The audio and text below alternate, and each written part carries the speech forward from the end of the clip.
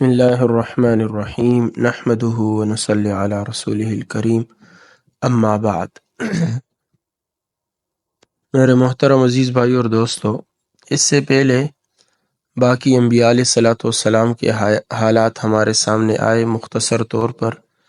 اب حضور صلی اللہ علیہ وسلم کی سیرت ہم شروع کرنے والے ہیں، اور یہ کتاب ہے سیرت مصطفیٰ صلی اللہ علیہ وسلم، جو لکھی ہے مولانا ادریس کاندھلوی رحمۃ اللہ علیہ نے، جو کہ مولانا اشرف علی تھانوی صاحب رحمۃ اللہ علیہ کے مدرسے سے فارغ تھے، ان کے شاگرد ہیں۔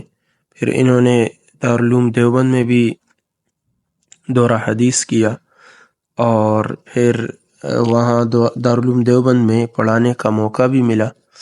ہدایہ اور مقامات حریری جیسی مشکل کتابیں انہوں نے پڑھائی، اور پھر 1949 میں یہ پاکستان آئے اور جامعہ عباسیہ بہاولپور میں ایک مدرسہ ہے، وہاں پھر پڑھانا شروع کیا، اور اس کے بعد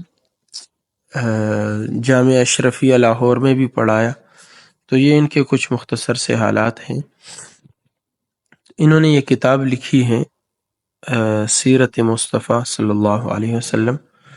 تو انہوں نے ابتدا کی ہے بسم اللہ الرحمن الرحیم، نسب مطہر۔ قال اللہ عز وجل لقد جاءکم رسول من انفسکم۔ حضرت انس رضی اللہ عنہ سے روایت ہے کہ رسول اللہ صلی اللہ علیہ وسلم نے اس آیت کو، یعنی لقد جاءکم رسول من انفسکم، فا کے فتح کے ساتھ پڑھا، جس کے معنی یہ ہیں یعنی من انفسکم، انفسی کے بجائے انفسکم حضور نے پڑھا، کہ جس کے معنی یہ ہے کہ بے شک آئے تمہارے پاس اللہ کے رسول تمہارے اشرف اور افضل اور سب سے زیادہ نفیس خاندان سے۔ اس آیت کی تلاوت کے بعد آپ نے ارشاد فرمایا کہ میں باعتبار حسب نسب کے تم سب سے افضل اور بہتر ہوں۔ میرے آباء و اجداد میں حضرت آدم علیہ السلام سے لے کر اب تک کہیں زنا نہیں، سب نکاح ہیں۔ اس حدیث کو ابن مردوے نے روایت کیا ہے۔ حدیث کے عربی الفاظ یہ ہیں: عن انس رضی اللہ عنہ قال قرأ رسول اللہ صلی اللہ علیہ وسلم لقد جاءکم رسول من انفسکم بفتح الفاء وقال انا انفسکم نسبا وصهرا وحسبا ليس في آبائي من لدن آدم صفاح كلنا نكاح، رواہ ابن مردوی۔ ابن عباس اور زہری من انفسکم بفتح الفاء یعنی فا کے فتح کے ساتھ پڑھا کرتے تھے، اور من افضلکم و اشرفکم کے ساتھ اس کی تفسیر فرمایا کرتے تھے، کہ یعنی تم میں سے سب سے افضل اور سب سے زیادہ شرافت والے، جس کی طرف ہم نے اپنے ترجمہ میں اشارہ کیا ہے۔ حضرت آدم علیہ السلام سے لے کر آپ کے والد ماجد اور والدہ ماجدہ تک جس قدر آباء و اجداد، امہات و جدات سلسلہ نسب میں واقع ہے، وہ سب کے سب محسنین اور محسنات، یعنی سب عفیف اور پاک دامن تھے۔ کوئی فرد ان میں زنا کے ساتھ کبھی ملوث نہیں ہوا۔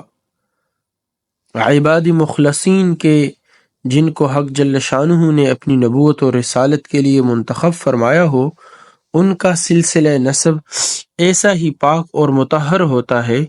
اللہ ان کو ہمیشہ اصلاب طیبین سے ارحام طاہرین کی طرف پاک اور صاف منتقل فرماتا رہا۔ حق جل وعلا نے جس کو اپنا مصطفیٰ اور مجتبیٰ بنایا، اس کے مصطفیٰ بنانے سے پہلے اس کے نسب کو ضرور مصطفیٰ اور مجتبیٰ، مہذب و مصطفیٰ اور مصفیٰ بنایا۔ مصطفین الاخیار خدا کے برگزیدہ اور پسندیدہ بندوں کا جس چیز سے جس حد تک تعلق ہوتا ہے، اسی حد تک اس میں بھی استفاء اور اجتباء برگزیدگی اور پسندیدگی سرایت کر جاتی ہے۔ یہاں سے یہ بتا رہے ہیں کہ یہ جو آیت ہیں اس کو دو طرح پڑھا جاتا ہے۔ من انفسکم، انفسکم، انفسکم کہ تمہارے پاس ایک رسول آئے تم ہی میں سے، انفسکم، اور رسول من انفسکم، انفس کے ساتھ جب پڑھتے ہیں تو پھر اس کا مطلب ہے کہ سب سے اشرف، سب سے افضل، حسب نسب کے اعتبار سے، ہر اعتبار سے تم میں سے سب سے اعلیٰ۔ اور یہ آخری بات جو کہی کہ مصطفین الاخیار، خدا کے برگزیدہ اور جو پسندیدہ بندوں کا جس چیز سے جس حد تک تعلق ہوتا ہے اسی حد تک اس میں بھی، یعنی اس چیز میں بھی استفاء اور اجتباء، برگزیدگی اور پسندیدگی سرایت کر جاتی ہے۔ یعنی ایسے نہیں ہو سکتا کہ نبی جو برگزیدہ ہے اس کا حسب نسب برگزیدہ نہ ہو، کبھی بھی ایسا نہیں ہو سکتا۔ جب منافقین نے ام المؤمنین حضرت عائشہ صدیقہ رضی اللہ عنہ پر تہمت لگائی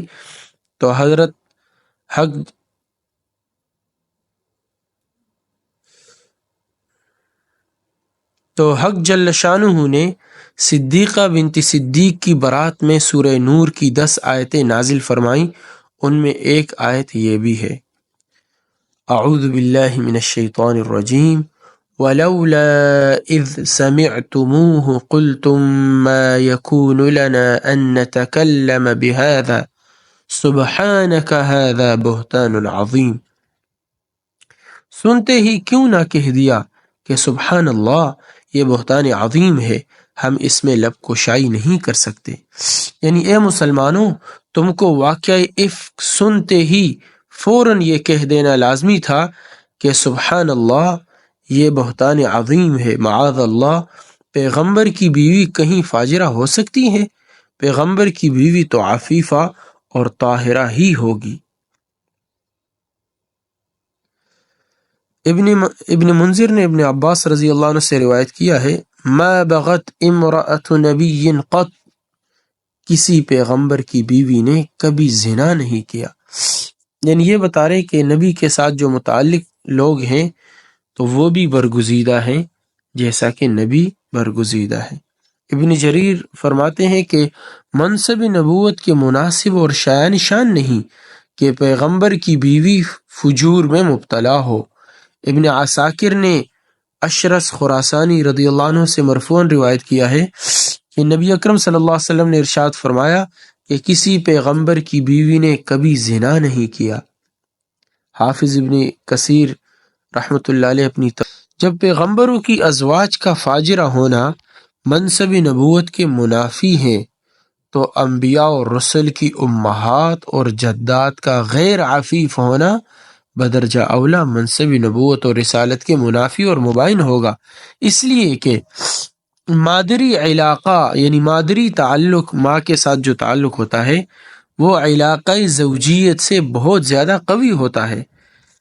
میاں بیوی کا تعلق، ماں باپ کا تعلق، ماں باپ کا تعلق بنسبت میاں بیوی کے تعلق کے بہت اونچا اور بہت زیادہ مضبوط ہوتا ہے۔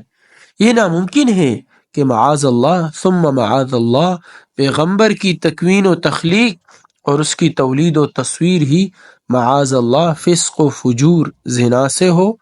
اسی وجہ سے حدیث میں ولد الزنا کو شر الثلاثہ فرمایا ہے، اس لیے کہ اس کا نفس وجود ہی معصیت و فسق و فجور سے ظہور پذیر ہوا ہے۔ یہ قطعاً ناممکن اور محال ہے کہ خداوند ذوالجلال کا فرستادہ ابن الحلال نہ ہو، یعنی اللہ وحدہ لا شریک لہ کا بھیجا ہوا رسول وہ ابن حلال، حلال سے پیدا ہونے والا بیٹا نہ ہو، ایسا ناممکن اور محال ہے۔ حضرت آدم علیہ السلام سے لے کر نبی اکرم صلی اللہ علیہ وسلم تک جس قدر انبیاء اور مرسلین گزرے، کسی طاعن نے ان کے نسب مطہر میں کبھی کلام نہیں کیا۔ طعن کرنے والوں میں سے کسی نے کبھی کسی کے نسب میں طعن نہیں کیا۔ ہاں، صرف یہود لعنہم اللہ تعالی فی الدنیا والآخرہ، ان یہودیوں نے حضرت عیسیٰ علیہ السلام کی مادر عفیفہ مریم صدیقہ پر تہمت لگائی۔ حق جل شانہ نے اپنی کتاب میں نہایت تفصیل کے ساتھ حضرت مریم کی برات اور حضرت مسیح کی ولادت باسعادت کی کیفیت کو بیان فرمایا اور جا بجا یہود پر لعنت فرمائی۔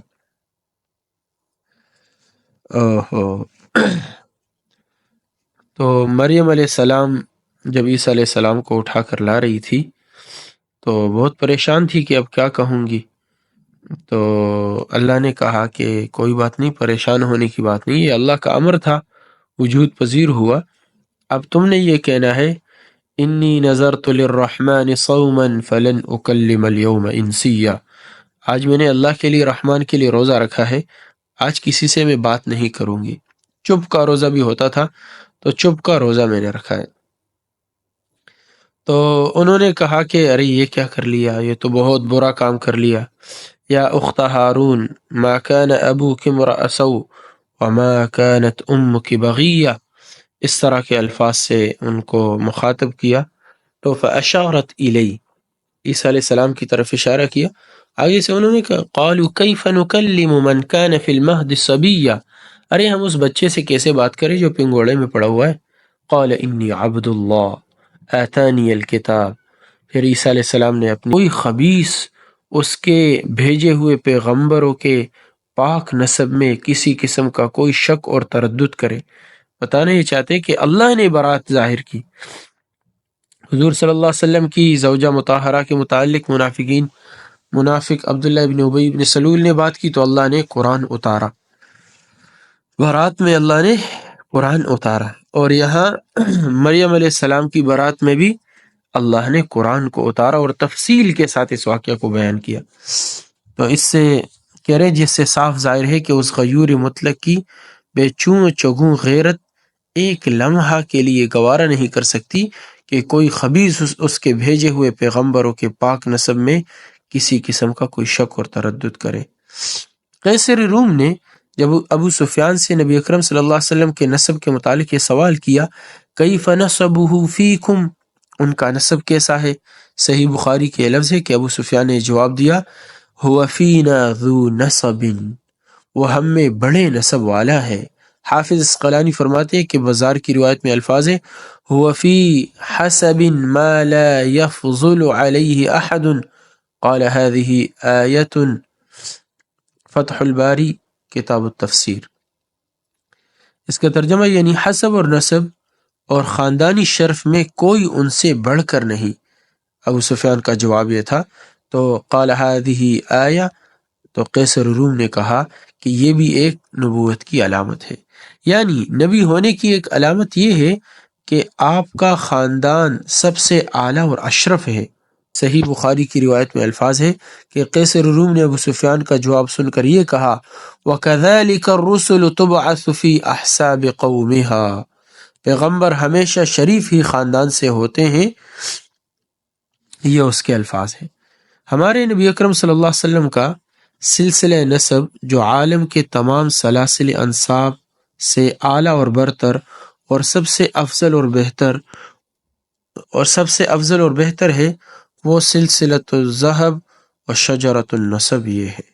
ہمارے آقا اور ہمارے سردار محمد بن عبداللہ بن عبد المطلب بن ہاشم بن عبد مناف بن قصی بن کلاب بن مرہ بن کعب بن لوئی بن غالب بن فہر بن مالک بن نظر بن کنانہ بن خزیمہ بن مدرکہ بن الیاس بن مضر بن نزار بن معد بن عدنان۔ بخاری شریف باب مبعث النبی صلی اللہ علیہ وسلم، یعنی یہ بخاری شریف میں ہے۔ حافظ اسقلانی فرماتے ہیں کہ امام بخاری نے اپنی جامع صحیح میں نسب شریف کے سلسلہ کو فقط عدنان تک ذکر فرمایا ہے، مگر اپنی تاریخ میں حضرت ابراہیم علیہ السلام تک سلسلہ نسب کو ذکر فرمایا، اور وہ یہ ہے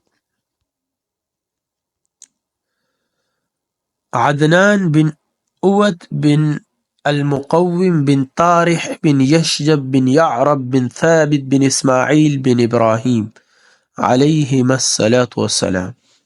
عدنان تک سلسلہ نسب تمام نسابین نسب دانوں کے نزدیک مسلم ہے، کسی کا اس میں اختلاف نہیں، اور علی ھذا عدنان کا، اور اسی بنا پر عدنان کا حضرت اسماعیل علیہ السلام کی اولاد میں سے ہونا یہ بھی سب کے نزدیک مسلم ہے، یعنی جیسے یہ مسلم ہے کہ جیسے عدنان تک سب نسب بیان کرنے والے متفق ہے کہ یہاں تک نسب شریف ثابت ہے، اسی طرح یہ بات بھی مسلم ہے کہ عدنان حضرت اسماعیل علیہ السلام کی اولاد میں سے ہے۔ اختلاف اس میں کہ عدنان سے حضرت اسماعیل علیہ السلام تک کئی پشتے ہیں، بعض 30 بتلاتے اور بعض 40۔ واللہ اعلم وعلمہ اتم و احکم، اللہ ہی بہتر جانتے ہیں، اللہ کا علم تام ہے اور مضبوط ہے۔ عبداللہ بن عباس رضی اللہ عنہ سے مروی ہے کہ نبی اکرم صلی اللہ علیہ وسلم جب نسب شریف کو بیان فرماتے تھے تو عدنان سے تجاوز نہ فرماتے، عدنان تک پہنچ کر رک جاتے اور یہ فرماتے کذب النسابون، نسب والوں نے غلط کہا، یعنی ان کو سلاسل انساب کی تحقیق نہیں، جو کچھ کہتے ہیں وہ بے تحقیق کہتے ہیں۔ عبداللہ ابن مسعود رضی اللہ عنہ اول اس آیت کو تلاوت فرماتے لا يعلمهم الا اللہ، ان کا علم اللہ کے سوا کسی کو نہیں، اور پھر یہ فرماتے کذب النصابون، کذب النسابون، نسب دان غلط کہتے ہیں۔ اچھا، لا يعلمهم الا اللہ، یہ جو ہے سورہ، کون سی سورہ ہے؟ سورہ غافر ہے، آیت نمبر 31 ہے۔ تو اس میں اللہ تعالیٰ ابراہیم علیہ السلام کے واقعہ کو ذکر کر کے فرما رہے ہیں کہ ابراہیم علیہ السلام سے پہلے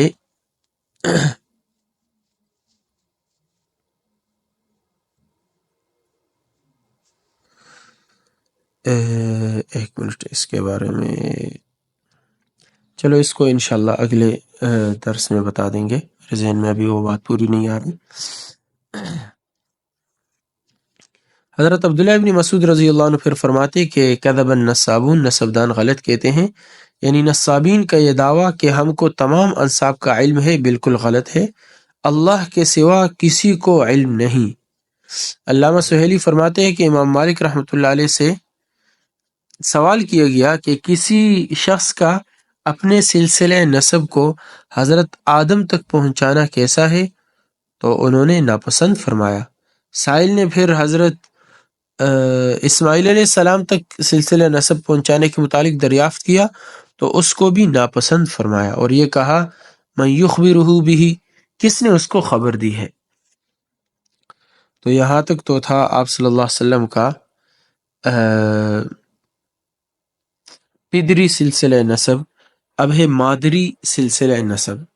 اوپر جو سلسلہ نسب بیان کیا گیا وہ پدری اور جدی سلسلہ تھا، مادری سلسلہ نسب یہ ہے محمد بن آمنہ بنت وہب بن عبد مناف بن زہرہ بن کلاب بن مرہ۔ کلاب پر مادری اور پدری دونوں سلسلہ نسب جمع ہو جاتے ہیں۔ اگر اس مقام پر سلسلہ نسب کے کچھ آباء و اجداد کا مختصر سا حال ذکر کیا جائے تو غالباً غیر مناسب نہ ہوگا۔ اب ہر ایک کے جو حضور صلی اللہ علیہ وسلم کے آباء و اجداد ہے، ہر ایک کے حالات مختصر سے بیان کیے جا رہے ہیں، تو وہ انشاءاللہ اگلے درس میں بیان کریں گے۔ سبحان اللہ و بحمدہ، سبحانک اللہم و بحمدک۔